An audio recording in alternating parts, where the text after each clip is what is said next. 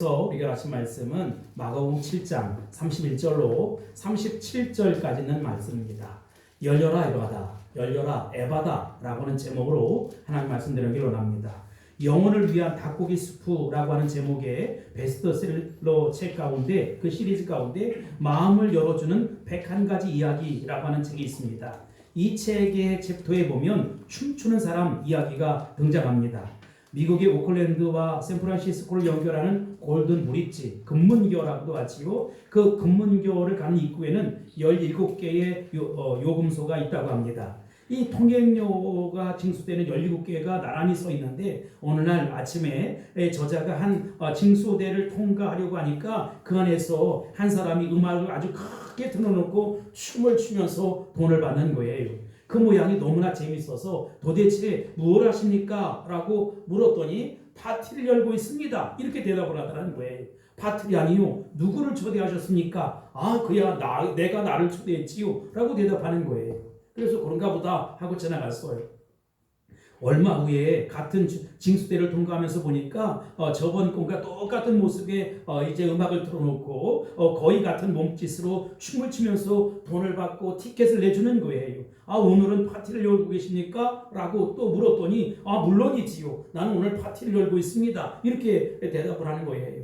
호기심이 발동한 이 사람이 질문을 합니다. 그런데 왜 다른 사람들은 파티를 열고 있지 않습니까? 아, 저 사람들이요. 저 사람들이 들어가 있는 곳은 관이거든요. 정말 관이죠. 아침 8시 30분부터 출근해서 오후 4시 반까지 퇴근하기까지 저 사람들은 관 속에 갇혀있는 시체들이란 말입니다. 이렇게 얘기를 하는 거예요. 색다른 대답 앞에 더욱 호기심이 발동해서 계속 질문을 합니다. 당신이 저 사람들하고 다른 이유가 도대체 뭡니까? 나는요 중요한 미션을 이제 하고 있다는 거예요.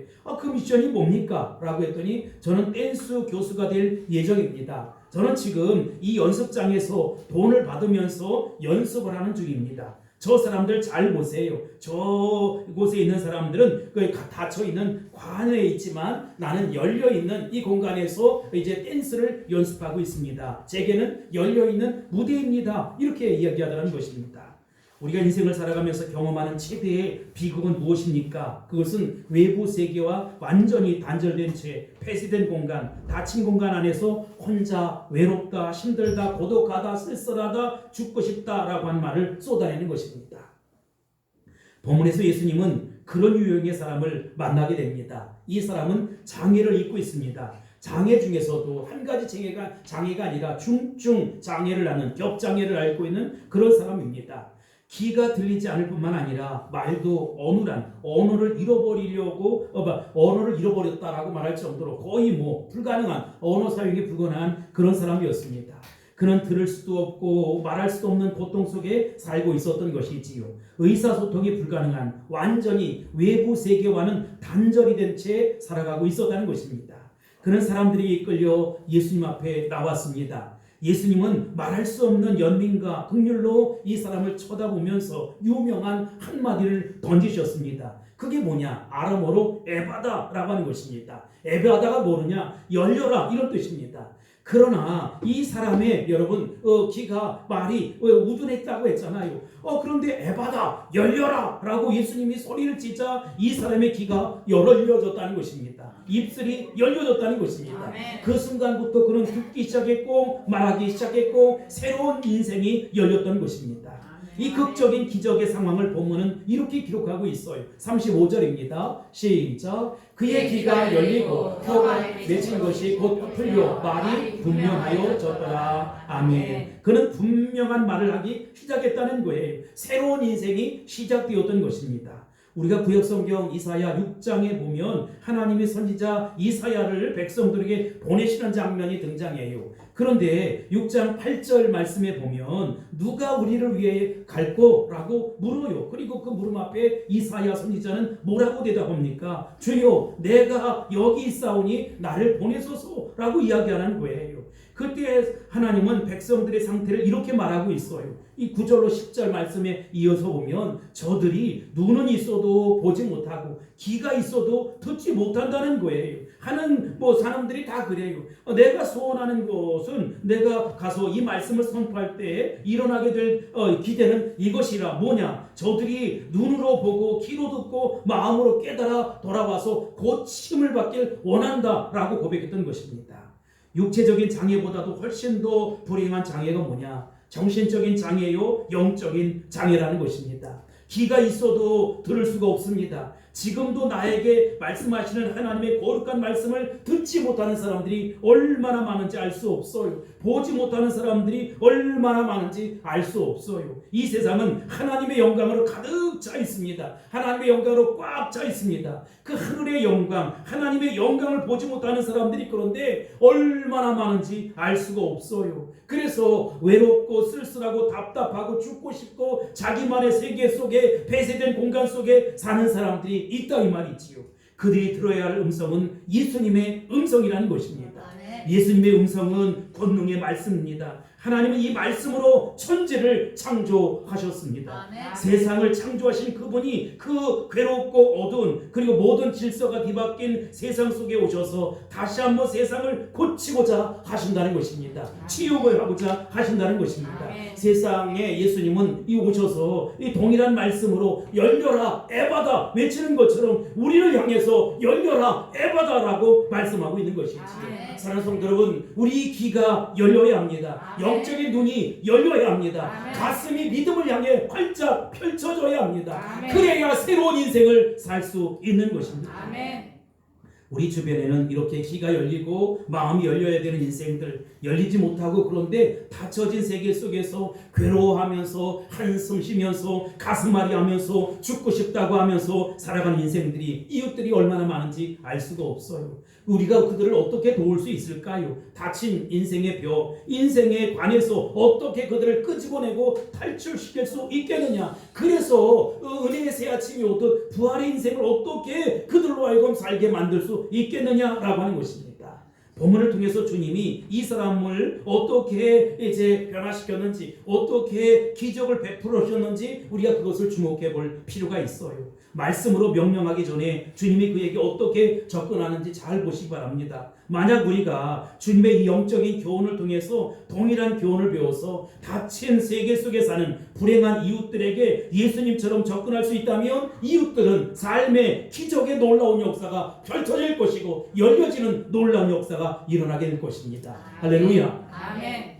이웃들에게 새로운 삶을 열어주기 위해서 우리는 어떻게 접근해야 할까요? 먼저 개인적인 접촉을 시도해야 한다는 것입니다. 본문 33절 말씀 보겠습니다. 33절입니다. 시작. 예수께서 그 사람을 따로 데리고 무리를 떠나서 손가락을 그의 양귀에 넣고 침을 뱉어 그 혀에 손을 대시며 아멘. 여기서 중요한 것은 따로 데리고 라고 하는 단어를 주목해 볼 필요가 있습니다. 예수님 무리 가운데, 이 많은 군중 가운데 그 사람을 따로 분리해 내셨어요. 끄집어 내셨어요. 따로 세웠다 이 말이지요. 그리고 공개적인 접촉이 아닌 개인적인 접촉을 시도하기 시작했습니다. 듣지 못하고 말이 어눌한 고통스러운 상태 속에 있는 이 사람을 공개적으로 다루었다면 그가 당황하고 자존심이 상할 것 아니겠습니까? 아마도 주님은 그의 처지를 배려해서 개인적으로 따로 데리고 불러냈던 것 같아요. 그의 처지를 깊이 아시고 개인적으로 접근해 가시는 사랑의 주님, 긍휼의 주님을 보시기 바랍니다. 드디어 이제 치유가 시작됩니다. 어떻게 치유되었습니까? 주님은 아주 흥미로운 방법을 사용하셨어요. 예수님은 사람을 다루실 때, 사람들에게 접근할 때, 병자들을 위해서 기도할 때 항상 같은 방법은 사용하지 않았다는 것입니다. 늘 다르게 그 사람의 처지에 맞게, 그 사람의 환경에 맞게, 그 사람의 형편에 맞게 다가오셨다는 것입니다. 이 사람을 위해서 기도하실 때 우리 주님은 어떻게 하셨습니까? 먼저 손가락을 양귀에 넣으셨어요. 그리고 그 다음에는 침을 뱉었어요. 그리고 그 혀에 손을 대셨다는 것입니다.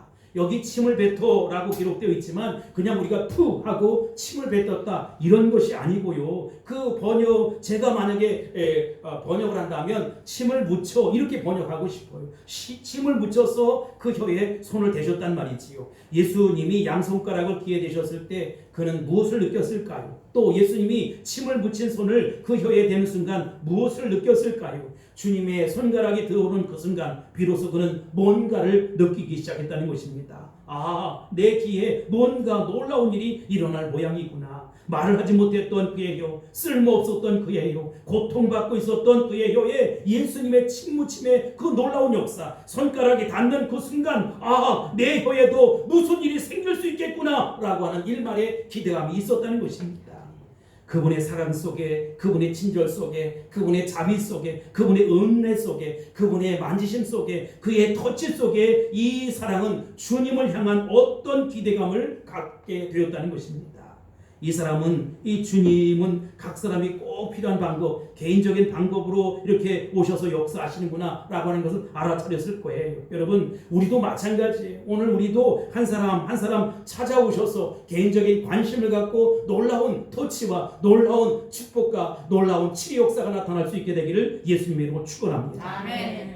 성경은 예수님을 뭐라고 했느냐? 세상의 빛이라고 했어요. 막연한 세상의 빛이 아니라는 것이지요. 추상적인 세상의 빛이 아니라는 것입니다. 그분은 말씀 한마디로 천지를 만들 수 있는 그런 분이라는 것이지요. 요한복음 1장 9절에 보면 참빛 곧 세상에 와서 각 사람에게 비치는 빛이 있었나니 라고 말씀하고 있습니다. 사랑하는 성도 여러분, 참빛이 여러분의 마음 가운데 가득 채워질 수 있게 되길 바랍니다. 아멘. 온갖 더럽고 추하고 냄새나는 것으로 가득 채우면 말씀이 들어갈 공간이 없어요. 여러분, 더럽고 추한 모든 죄들을 나사렛 예수 보혈의 능력으로 씻음받고 그곳에 말씀이 들어가고 은혜의 빛이 들어가고 하나님의 능력이 들어갈 수 있게 되길 바랍니다. 아멘. 참빛이 쏟아져 들어갈 수 있게 되길 아멘. 바랍니다.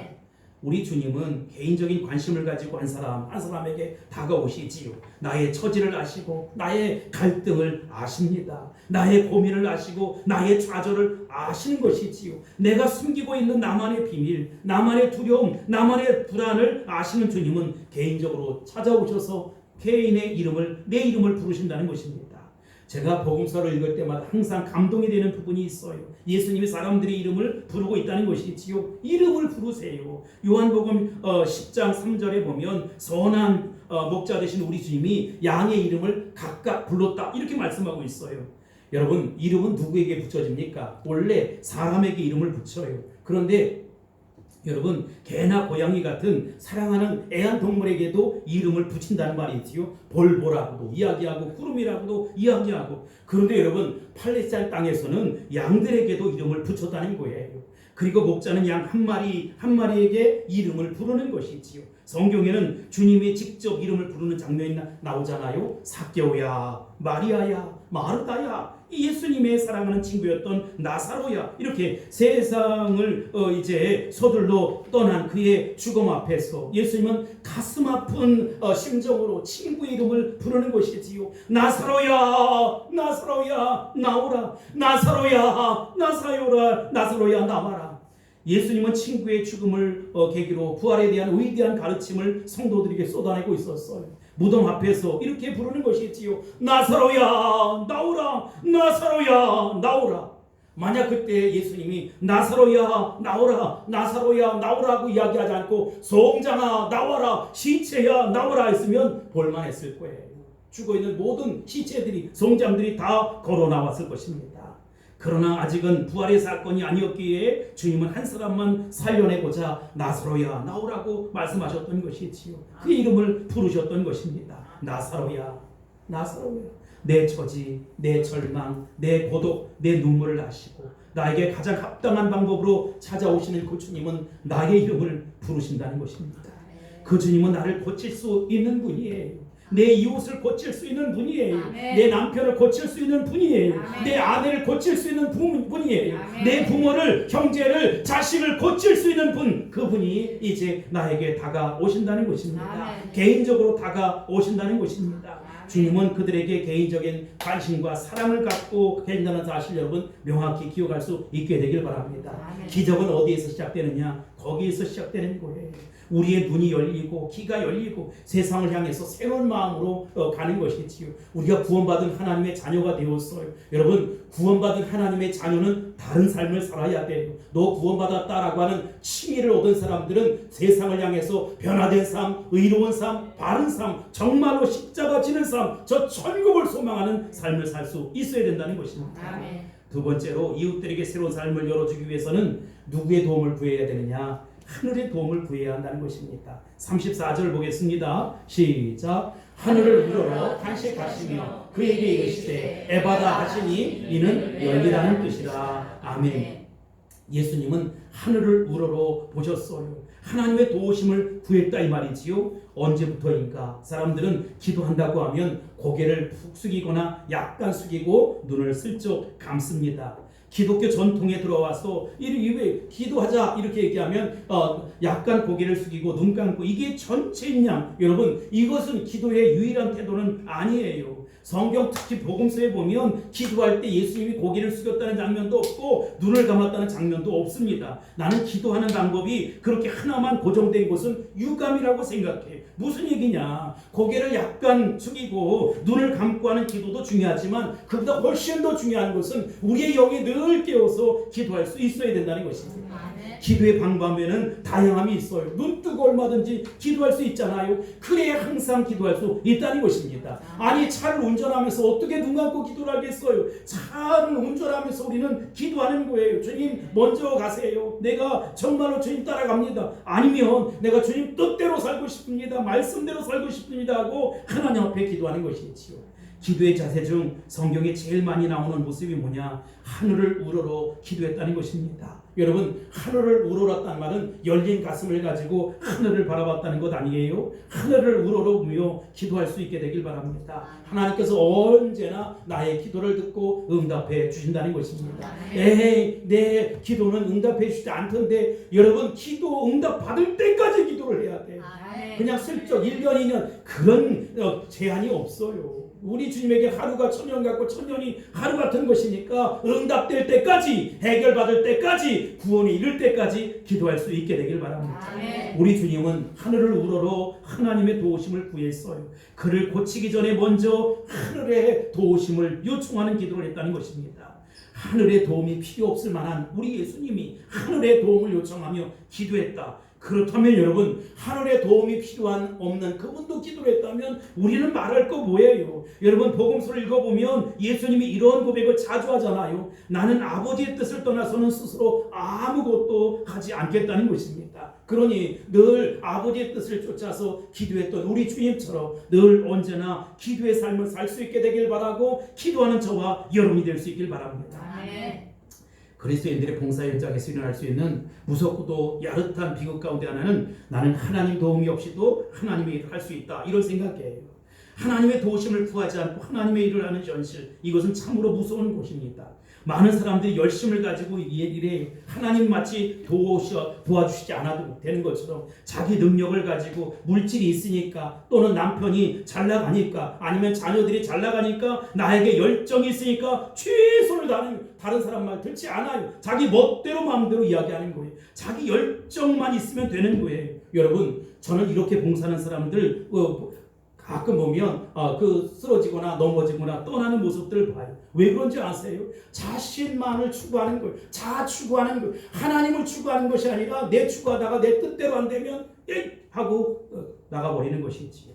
주님 몸된 교회에 봉사의 영역이 많이 있지만 그 중에 늘 마음속에 제일 수고하는 사람들은 저는 두 부류라고 생각해요. 여러 사람들이 있지만 여러분, 바깥 주차장에서 주차 관리하는 사람들, 추운데 막 키가 시려운데 손발이 정말 차가운데 열심히 봉사하는 사람들이 있어요. 그뿐만 아니라 이제 식당에서 봉사하는 사람들, 국이 뜨거우니 차가우니 하여튼간 매운니 뭐 맛있는 여러 가지 모습, 우리 그 권사님처럼 너무너무 맛있어요. 이렇게 하면 너무 좋을 텐데 그렇게 못하면 정말 때로, 야, 내가 교회가 여기밖에 없냐? 내가 정말로 나를 환영하는 사람이 여기밖에 없는 줄 알아? 크게 발을 내는 것이지. 그럼에도 불구하고 환난과 핍박 속에서도 열심히 봉사하는 그 성도들이 늘 고맙고 감사해요. 여러분, 그분들에게 무슨 수고비를 줍니까? 월급을 줍니까? 칭찬을 해줍니까? 그저 순수한 봉사이고 하나님 앞에 상급 쌓는 일이에요. 근데 여러분, 제가 걱정이 하나 있어요. 저렇게 하다가 지치지 않을까? 어려움에 닥쳐서 홀랑 넘어지지 않을까? 이런 생각 말이지요. 그런 봉사하는 분들은 더더욱더 필요한데 제대로 된 예배를 드릴 수 있어야 된다는 것이지요. 예배를 드리면서 하나님 말씀을 받아야 돼. 그 말씀을 받으면서 야, 내가 천국 가는 신앙을 내가 붙잡았구나. 천국의 상급에 쌓여져 가겠구나. 이것을 바라보면서 투벅투벅 걸어가는 것이지요. 다른 사람은 어찌든지, 남은 어찌든지 나는 기도하면서 하나님의 뜻을 찾고 하나님의 지혜를 찾고 하나님의 능력을 찾으면서 지치지 않는 열정으로 봉사하고 수고하고 애쓰는 것이지. 여러분, 누가 칭찬하지 않아도 최선을 다할 수 있게 되길 바랍니다. 누가 보시지요? 하나님이 보시지요. 남편은 나를 몰라줄 수 있어요. 공간이 떨어져 있으니까, 제 직장에 가거나 딴 곳에 있으니까 어떻게 나를 볼 수 있겠어요? 아니면 생각이 다른데 어떻게 볼 수 있겠어요? 아내도 마찬가지고. 그러나 여러분, 하나님 불꽃 같은 눈동자로 나를 쳐다보고 있다는 것입니다. 그것을 기억하고 마음속에 기쁨을 유지할 수 있게 되길 바랍니다. 여러분, 다시 한번 경고합니다. 하나님의 도움이 없이 하나님의 일을 할 수 있다. 이건 비극적인 생각이에요. 결국은 36개 출애굽을 칠 수밖에 없어요. 어려움이 오면, 고통이 오면, 자신에게 불리함이 오면, 억울함이 오면 36개 출애굽을 치는 것이지. 하나님 기뻐하시지 않으세요? 이런 자들 하나님이 좋아하시지 않으세요? 하나님의 도우심을 바랄 수 있게 되길 바랍니다. 하나님의 도우심을 필요로 하지 않았던 유일한 분, 우리 예수님도 하늘을 우러러 그렇게 기도하셨다면 여러분, 우리가 더더욱더 기도의 삶을 살 수 있게 되길 바랍니다. 응답받을 때까지, 해결받을 때까지, 역사하실 때까지, 우리 주님이 도와줄 때까지 끝없이 기도할 수 있게 되기를 바랍니다. 사탄 마귀는 그만해, 아예 안 되잖아, 그만해, 예수 이름으로 물러갈지어다, 예수 이름으로 꺼져라, 예수 이름으로 떠나갈지어다 외치면서 믿음으로 기도할 수 있게 되기를 바랍니다. 주변에 도움의 손길이 필요한 사람들이 얼마나 많아요. 내 힘, 내 자원, 내 정성만 가지고 일하다 보면 금방 지칠 수밖에 없다. 그래서 우리는 하나님 앞에 도우심을 요청하며 기도하는 거예요. 여러분, 우리 인생이 어떻게 되겠습니까? 하나님 뜻대로 되게 돼 있어. 하나님 뜻대로 다 모든 것이 이루어지게 돼 있어요. 그러니 여러분, 고개를 들어서 하늘을 쳐다보시기 바랍니다. 그리고 여러분, 그냥 정말 눈물 콧물 쏟으면서 하나님의 도우심을 구할 수 있게 되길 바랍니다. 하나님이 나도 모르는 새로운 힘을 공급해 주실 거예요. 하나님의 능력이 임할 거예요. 용솟음치는 능력을 경험하게 될 것입니다.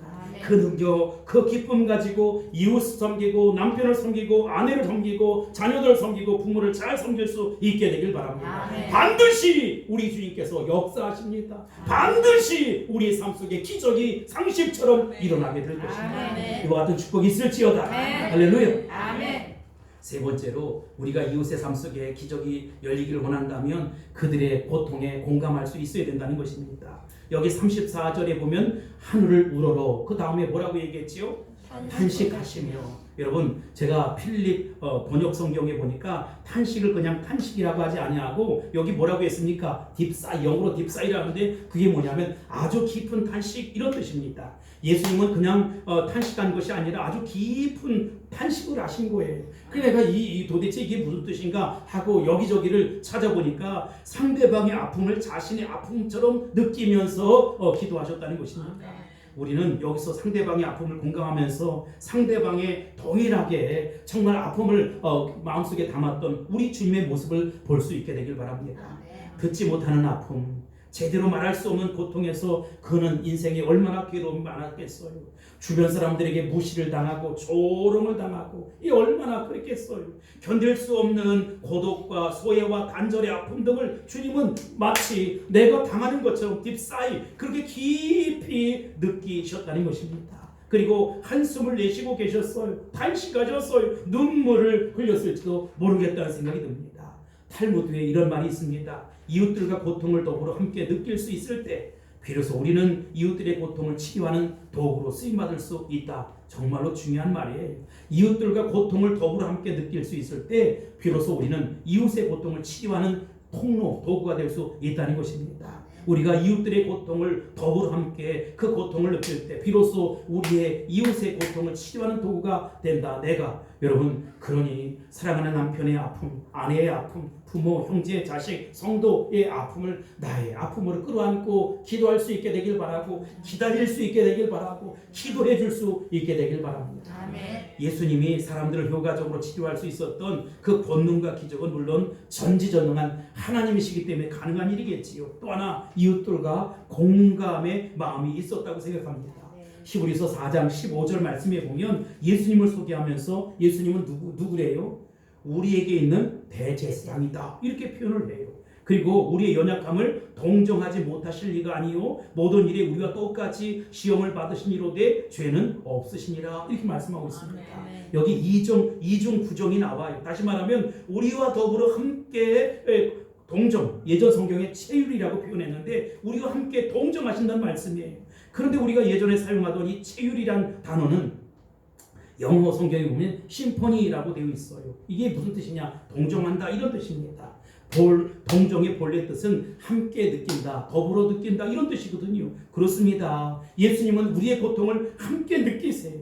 나 혼자 괴로운 것이 아니라 그분도 나 때문에 괴로운 거예요. 내가 쓰러지고 넘어질 때 정말 나 혼자 쓰러지고 넘어지는 것이 아니라 너 그러면 안 돼, 너 그러면 안 돼 하면서 내 심령 속에 일어나는 것이지. 여러분, 끝까지 믿음으로 살아낼 수 있게 되길 바랍니다. 한 번 사는 것 멋지게 살아갈 수 있게 되길 바랍니다. 아멘. 더 성숙한 신앙으로 살아갈 수 있게 되길 바랍니다. 아멘. 우리 주님이 좋아하시고 기뻐하시는, 우리 주님은 우리의 분노도 아시고 아픔도 아시고 좌절도 아시고 속상함도 아세요. 나의 고통도 아시고 나의 눈물도 아세요. 더 나아가서 나의 방황도 아시고 나의 답답함도 아신다는 것입니다. 한 걸음 더 나가면 나의 억울함도 아시고 견딜 수 없는 나의 부끄러움도 다 아세요. 나의 정말 아무것도 할 수 없구나 무기력함도 아신다는 것입니다. 나의 어쩔 수 없는 좌절을 그분만은 이해하시지요. 그래서 그분은 우리를 고칠 수 있는 분이에요. 여러분, 그러니 다른 사람에게 기대할 것이 아니라 우리 주님에게 기대할 수 있게 되길 바랍니다. 아멘. 심리학자 가운데 레오 버스카글로리라고 하는 사람이 있어요. 글리아. 이 사람의 글을 보면서 제가 참 그 하나님의 은혜가 참 감사하다, 이런 생각이 들었어요. 어느 할아버지가 암으로 진단을 받습니다. 이 할아버지는 암으로 진단을 받은 날부터 갑자기 성격이 난폭해지고 괴팍해졌어요. 식구들이나 주변 사람들에게 막 욕을 퍼붓기 시작하고 아무도 만나려고 하지 아니하고 입원해서도 아무 사람의 얘기도 듣질 않아요. 심지어 의사, 간호사의 도움도 받지 않으려고 하고 아주 포악하게 대하는 거예요. 그러니까 옛날에 그를 도왔던 은사들을 찾아내서 얘기해도 아주 그냥 예전에 친절했었는데 지금은 아주 포악하게 얘기하고 아무 소용이 없었어요. 섬기는 교회 목사님이 와도 오히려 목사님에게 목사님 왜 여기를 왔느냐고 욕만 퍼붓고 내쫓아 버렸습니다. 상담사를 들여보냈지만 아무 소용이 없었어요. 그런데 동네에서 이 할아버지와 가끔 만나던 어린 꼬마 소년이 있었습니다. 할아버지가 아프다는 소식을 듣고 한 걸음에 병원에 찾아온 거예요. 식구들은 호기심 반 기대 반으로 한번 들어가 봐, 할아버지 한번 만나봐, 이렇게 꼬마를 들여보냈습니다. 그런데 20분 30분이 지나도록 아무 말을 하지 않는 거예요. 그리고 할아버지를 만나고 나왔어요. 그런데 그 이후부터 할아버지 태도가 변했어요. 태도가 변하자 갑자기 누그러지고 이렇게 부드러워지자 사람들은 궁금하잖아요. 그래서 이 소년을 붙잡고 물었어요. 너 할아버지하고 무슨 얘기했니? 할아버지에게 무슨 얘기를 해줬니? 라고 했더니 소년이 이렇게 대답을 하다는 것입니다. 아무 얘기하지 않았어요. 그러면 도대체 할아버지가 같이 있었는데 20-30분 동안 무슨 얘기를 했어? 라고 했더니 이 소년이 저요, 할아버지 손 붙잡고 같이 울었어요. 할아버지 끌어안고 같이 울었어요. 이렇게 얘기하는 거예요. 이 할아버지의 아픔을 자신의 아픔으로 이 소년이 느꼈던 것이지요. 그래서 할아버지의 손을 붙잡고 할아버지의 가슴을 맞대고 기도하기 시작하니까 함께 울던 이 할아버지 마음속에 아픔과 질병이 치유되는 놀라운 역사가 있었다. 우리가 공감할 때 그 아픔을 함께 느낄 때 치유의 놀라운 능력이 나타나게 된다는 것입니다. 목회를 하다 보면 목사님 저를 위해서 기도해 주세요, 이렇게 부탁을 받을 때가 있어요. 기도하지요. 그리고 기도하는데 간절히 기도하지 못할 때가 있어요. 그러면 역사가 일어나지 않아요. 그런데 정말로 그 기도 부탁을 받고 정말 하나님 앞에 간절한 마음으로 그 그 문제가 마치 나의 문제인 것처럼, 그의 아픔이 나의 아픔인 것처럼, 그의 괴로움이 나의 괴로움인 것처럼 같은 심정을 가지고 기도할 때 분명한 역사가 일어납니다. 변화가 일어납니다. 치유가 일어납니다. 기적이 일어납니다. 이웃의 아픔을 공감한다는 것은 이처럼 얼마나 중요한지 알 수가 없어요. 왜 십자가가 능력이라고 고백할 수 있습니까? 거기에서는 모든 우리의 허물과 죄를 다 담당하신 분이 있어요. 그렇게 죽어야 할 필요가 전혀 없는데 처절한 고통을 당하신 우리 주님, 전혀 정말로 죄악이 없으신 그분이 나 위에 처참하고 무참하고 비참하게 고통을 당하셨어요. 가장 처절한 외로움과 제자들의 배신과 이 성도들의 배신을 경험하면서 아, 내가 목마르다. 엘리 엘리 라마 사박다니, 나의 하나님 나의 하나님 어찌하여 나를 버리셨나이까 라고 하면서 고통하고 부르짖으면서 십자가에 처참하게 돌아가셨어요. 십자가는 우리의 고통, 우리의 오해받음, 우리의 배신, 우리의 눈물, 우리의 죄악과 치욕과 부끄러움을 이해한다는 것입니다. 그렇게 뇌죄를 담당하시고 보배로운 피를 다 쏟으셔서 정말로 십자가에서 구원을 완성해 주셨어요. 인류 구원을 완성해 주셨을 뿐만 아니라 저와 여러분의 구원을 완성해 주셨다 이 말이지. 그래서 십자가는 구원입니다. 여러분, 십자가는 능력입니다. 십자가는 위로입니다. 십자가는 소망입니다. 그러니 여러분, 돌아가셔서 십자가를 질 수 있게 되기를 바랍니다. 그래 내가 정말 모자랐구나. 이제 내가 예수 그리스도로 거듭난 하나님의 자녀이지. 이걸 칭의라고 해. 칭의. 정말 우리가 그렇게 의롭게 되었다고 한다면 그날 그 주님 앞에 가는 그날까지 우리 성화의 삶을 날마다 걸어가야 돼요. 여러분, 우리에게 천국 가는 믿음이 있잖아요. 그렇다면 천국의 삶을 살아야 돼요. 정말 이 고통스러운 세상 지긋지긋하다. 빨리 천국 갔으면 좋겠다. 여러분, 이건 천국이 아니에요. 그런 믿음 가지고 천국 가는 게 아니에요. 힘들고 어렵지만 이곳에서 십자가 치는 거예요. 하루하루의 삶이 달라지는 것이지요. 그리고 변화된 놀라운 역사가 있어요. 정말 내 환경, 형편, 조건은 아무것도 나아진 것이 없지만 내 마음속에 참된 평안이 밀려오는 거예요. 우리 주님이 야, 너 그것도 참을 수 있니? 너 그것도 참아낼 수 있니? 하는 그 마음을, 그래서 강같은 평안이 넘쳐나는 것이지. 이게 바로 변화된 삶, 천국을 소망하는 삶, 전부 기뻐하며 가는 삶이라는 것입니다. 여러분, 저와 여러분이 그런 삶을 살아낼 수 있게 되길 바랍니다. 아멘. 내가 설교를 준비하다가 에바다에 대한 본문을 근거로 해서 잘 쓴 어떤 작자인데 이름이 없어요. 미상의 시를 하나 발견했습니다. 무려 3장이 되기 때문에 다 나눌 수는 없고 제가 일부분을 발췌했으니까 잘 들어보세요. 에바다 이야기.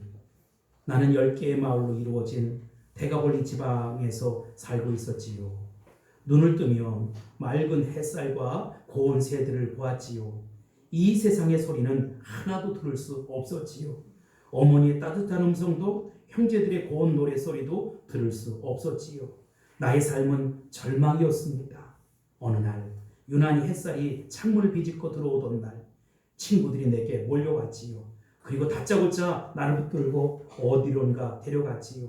친구가 이렇게 손으로 말했지요. 너도 말할 수 있어. 너의 좌절을 희망으로 바꿀 거야. 들을 수 있어. 들을 수 있어? 들을 수 있다고? 미친놈들. 말할 수 있다고? 나를 놀리는 거야? 나는 태어나면서부터 이랬어. 늘 이랬어. 나는 병신이야. 제발 그냥 내버려둬. 날 그냥 내버려둬. 그때 내 눈 안에 누군가를 볼 수 있었지요. 그렇게 부자처럼 보이지도 않았고 좋은 옷을 입고 훌륭한 가문의 사람처럼 보이지도 않았고 그러나 무엇인가 힘이 있어 보였지요. 막연히 이런 마음이 생겼어요. 그래, 이분이 내 길을 열고 내 입을 열어 주실지도 몰라. 그분은 나를 보자마자 나를 따로 불러 세우시고 조용히 아무도 몰래 왼손을 들어 나의 길을 막으셨습니다. 어떠한 따스함이 일어났어요. 그리고 오른손을 들어 침을 붙이시고 내 혀에 그 손을 대셨지요. 그리고 무엇인가를 말씀하셨지요.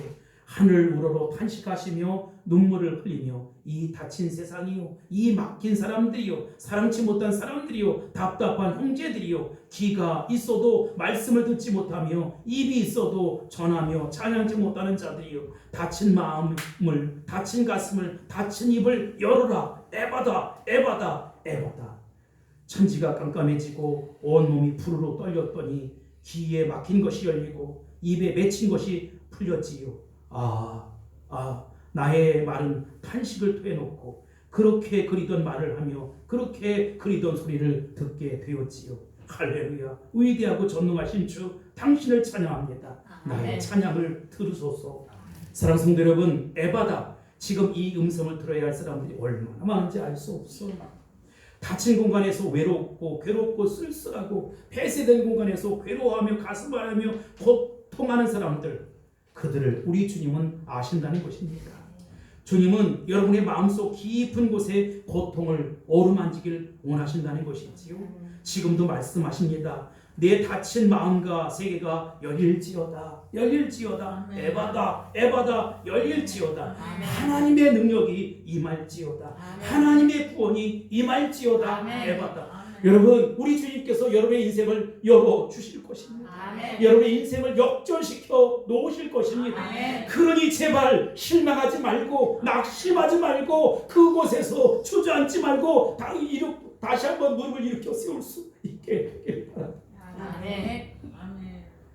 성경에 나오는 이 사람 못지않게 외롭고 닫힌 세상, 자기의 세상 안에 듣지 못하고 말하지 못하고 마음대로 소리쳐 부르지 못하고 노래를 잃어버린 답답한 가슴을 감고 사는 사람들이 있습니까?